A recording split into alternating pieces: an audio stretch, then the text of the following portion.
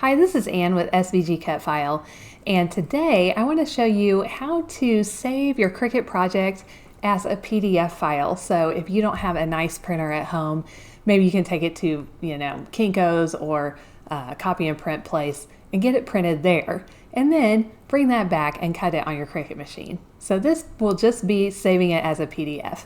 All right, let's get started.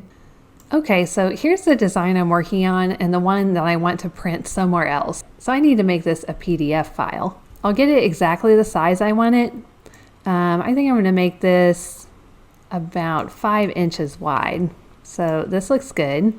Now, right now, since this is all one color, I don't have the option of flattening it.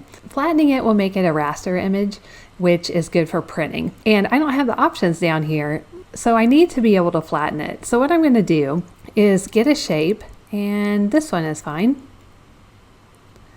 And I'll make it really small. And I'm going to put it right down here on part of the black.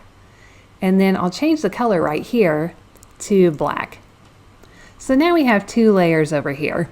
I'm going to select them both holding Shift, and then I'm going to choose Flatten right down here. Okay, so now we have the option of a print then cut, and that's what we want.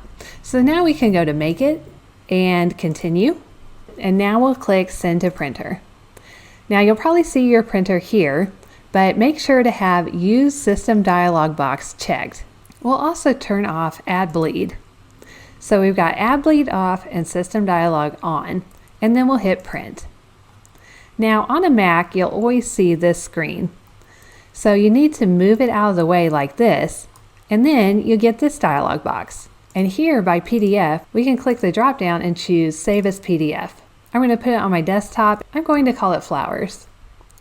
And we'll save. And then now we have a PDF file that we can put on a flash drive, take somewhere, and get printed out for us. On a Windows machine, this process is a little bit different, but it's very similar. If you do need me to make a tutorial for PC version, I can do that. Just let me know in the comment section below. All right, if you like this video and you want to see more videos like this, just hit the subscribe button and the little bell next to it, and you'll be notified every time a new video comes out.